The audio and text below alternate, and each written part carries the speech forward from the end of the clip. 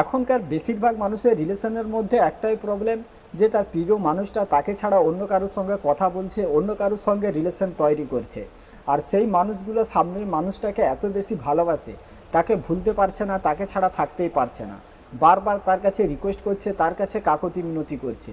দেখো, যখনই কোনো মানুষ দোকানে কোনো কিছু কেনার জন্য যায়, যদি তার 100 টাকা বিল হয়ে থাকে, তো সে পকেট থেকে সব টাকা বার করে প্রথমে সে এটা দেখে যে এর মধ্যে পুরনো নোট কোনটা। কারণ যেই নোটটা সব থেকে পুরনো, মানুষ সেই নোটটা দোকানদারকেই দিয়ে থাকে। আর যেই নোটটা নতুন, মানুষ সেটা নিজের কাছে রেখে দেয়, কারণ মানুষ এটা মনে করে যে ওটার থেকে এটার ভ্যালু বেশি। কিন্তু আসলে এমনটা নয়। দুটোই 100 টাকার নোট, দুটোর ভ্যালুই সমান। এখনই যদি তার পকেট থেকে 100 টাকা হারিয়ে যায়, তখনই মানুষ সেই নোটটারও ভ্যালু বুঝতে পারবে।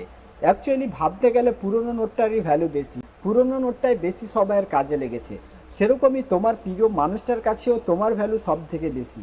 কারণ তুমি তার জন্য অনেক কিছু করেছো, তুমি তার অনেক হেল্প করেছো, সবসময় তুমি তার পাশে দাঁড়িয়েছো। কিন্তু এখন সেই মানুষটা তোমার ভ্যালু বুঝতে পারছে না।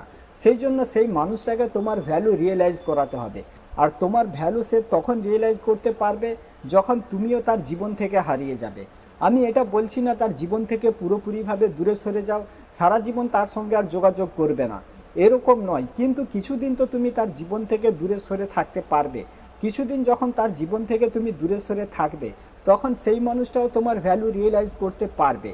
এখন অনেকেই এটা ভাবতে পারে যে দাদা বলেছে যে কিছুদিন ওর জীবন থেকে দূরে সরে যাও, ওর জীবন থেকে হারিয়ে যাও, তো আমি ওর জীবন থেকে দূরে সরে যাব, আমি ওর সঙ্গে আর যোগাযোগ করব না। কিন্তু আমি ফেক আইডি বানিয়ে ওকে নোটিস করব, ওকে মেসেজ করব, ওকে ফলো করব, ও কোথায় যাচ্ছে, ও কী করছে, ও কার সঙ্গে কথা বলছে। এটা তো পুরোপুরিভাবে এরকম যে তুমি নিজেই দুঃখ কষ্টকে ছাড়তেই চাইছো না।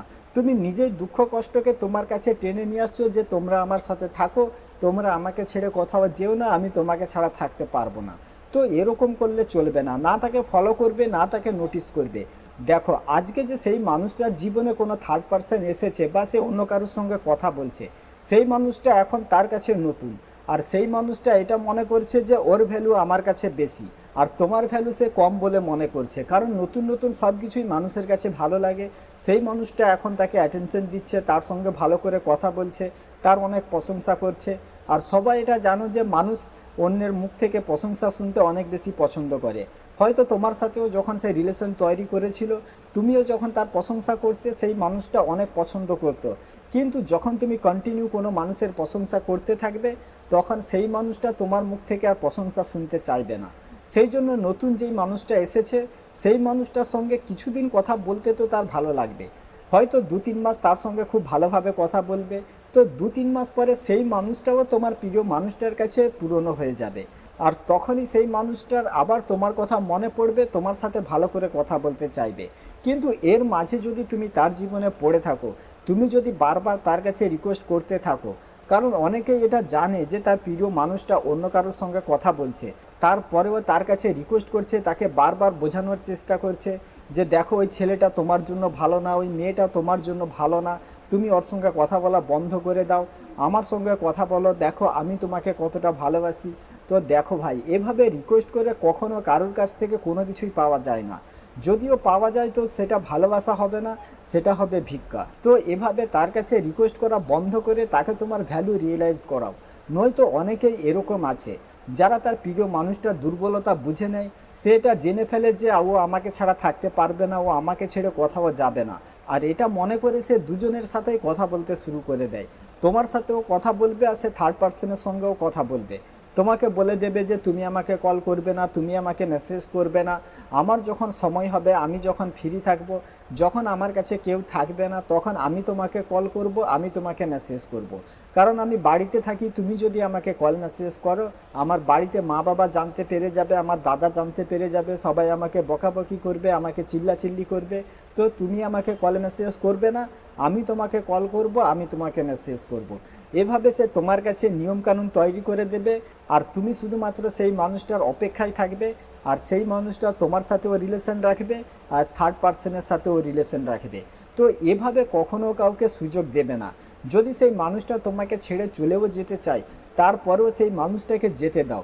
কিন্তু তার কাছে কখনো এভাবে ভিক্ষা চাইতে যাবে না যে তুমি ওই ছেলেটার সাথে কথা বলা বন্ধ করে দাও বা ওই মেয়েটার সাথে কথা বলা বন্ধ করে দাও।